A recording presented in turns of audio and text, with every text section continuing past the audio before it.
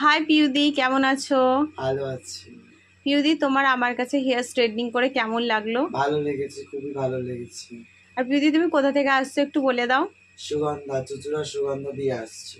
তোমার ভালো লেগেছে তো আমার হ্যাঁ, কাজ? খুবই ভালো লেগেছে। স্যাটিসফাই হয়েছো তুমি? হ্যাঁ। তুমি যা চেয়েছিলে আমি করতে পেরেছি? হ্যাঁ, সব পেয়েছি। হয়েছে।